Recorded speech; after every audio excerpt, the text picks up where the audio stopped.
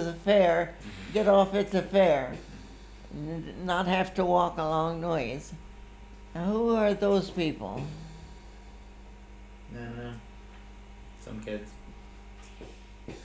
So we coming back, and then we met that in Chicago. Just a real feeling of fear. And here we were only by the bridge, not into the town. Mm-hmm. I don't know what we would have felt in the town. Mm-hmm. No, Chicago. When we went to the World's Fair, we rented a fold-down trailer. Trailer. Trailer. On the back of the car. So we could sleep and cook our food on the side and everything. Mm-hmm. And that was unusual that we got to stay on this airport, an abandoned airport. That's funny.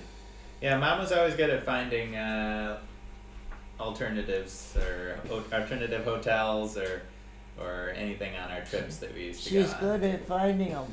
Whatever she needs, she finds. Do you remember much about like the Cold War time, like what you were feeling around that time period? The Cold War with where it was like the. Well, wasn't that when John was in the army? Maybe. Yeah, I wasn't sure what was going on for you guys then. Who was your favorite president? Who was your favorite president? Oh. Well, we would go to grandmother's in that little 5-room house. And of course we had mothers and dads. I suppose the ones that had more money, I don't remember them being sleeping in the house, so they probably went to a hotel. It was the ones that didn't have so much money that all stayed at grandma's. We would sleep on the floor in the dining room. We kids. Mm-hmm. Our mothers and my mother and dad had a bedroom, slept in a bedroom. Grandma's next bedroom, the bath was between the two. My grandmother died of a hemorrhage, and I guess she bled a lot. There was a lot of blood, and somebody took the sheets off the bed and put them in the bathtub. Huh. And those bloody sheets scared me to death. I bet. But I don't know what age when grandmother died. We were rushing over there, but we didn't get there before she died. On the way in our little car, no seatbelt. Right. Now there's a time limit for you. Yeah, I mean, No what, seatbelt. My 1920s mother or was something holding like the that, baby. yeah. That would have been Kenneth. 1920s or so. And Dad stopped, and she hit the windshield with her forehead. Whoa. And had a big thing on her forehead.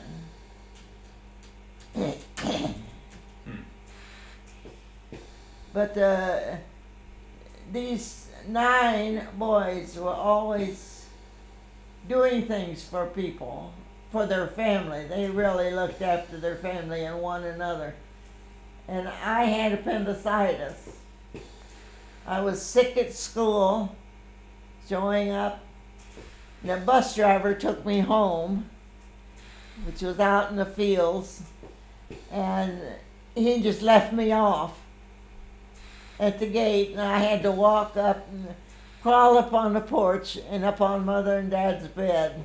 With an appendicitis. And then he met them somewhere and told them I was home, so they came home, took me to the doctor, Yeah, and that doctor was Dr. Moore. Dr. Moore. And I was feeling so bad that they wouldn't take me out of the car till they gave me some kind of a pill for being sick. And when we were traveling down there, in the early 200s, sometime, Johnny and Dad and I, and there was that drugstore, there was still a sign in the window, Dr. Moore.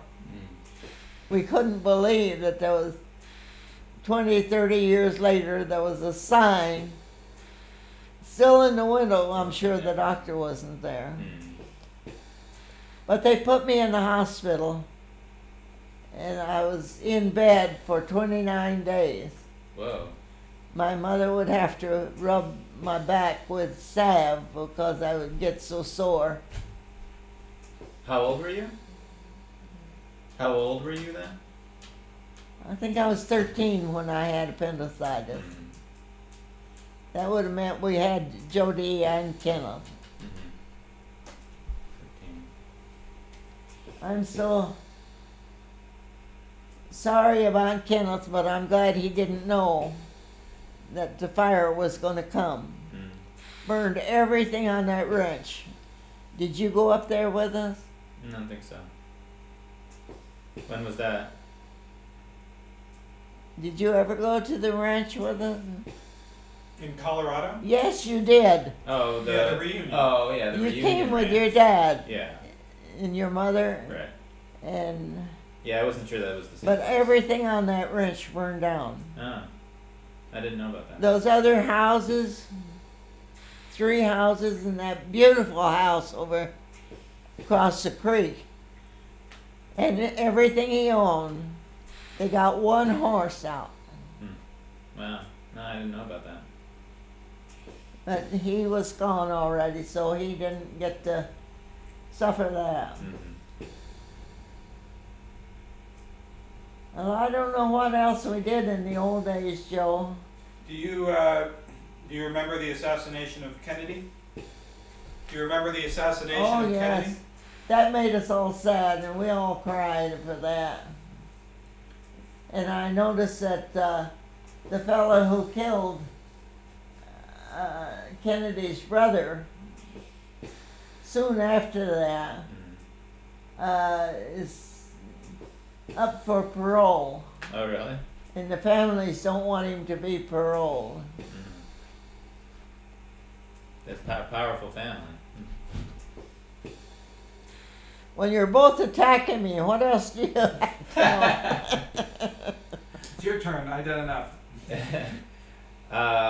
Yeah, I was just curious how did the Cold War like affect you at all, like the day-to-day life of people around where you were when it was happening?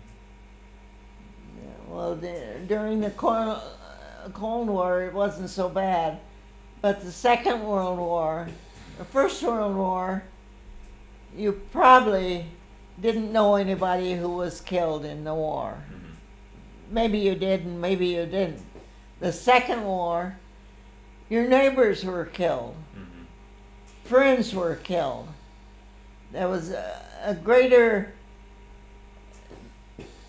feeling because so many that you knew were killed. It was a different war. But the Cold War, was that the one that Johnny was in? Johnny. No, the Cold War is the conflict with the Soviet Union. Not a sort of real war, but just the environment of the On the war that the Korean or whatever it was, war that Johnny was in, was along about 1970 or sometime in there.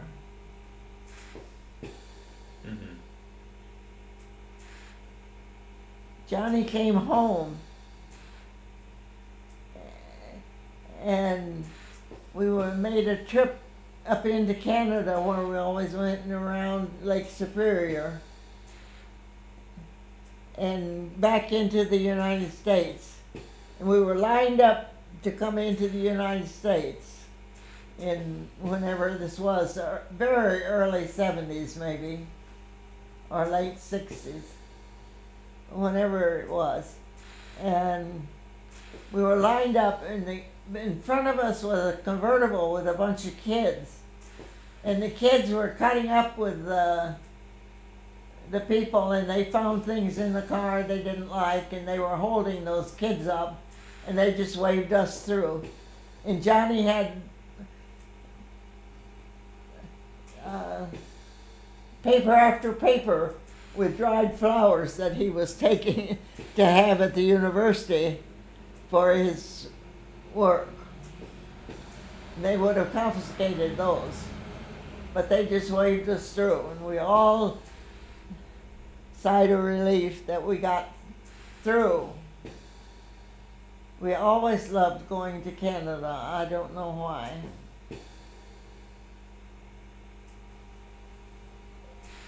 Always one way or the other. Mm.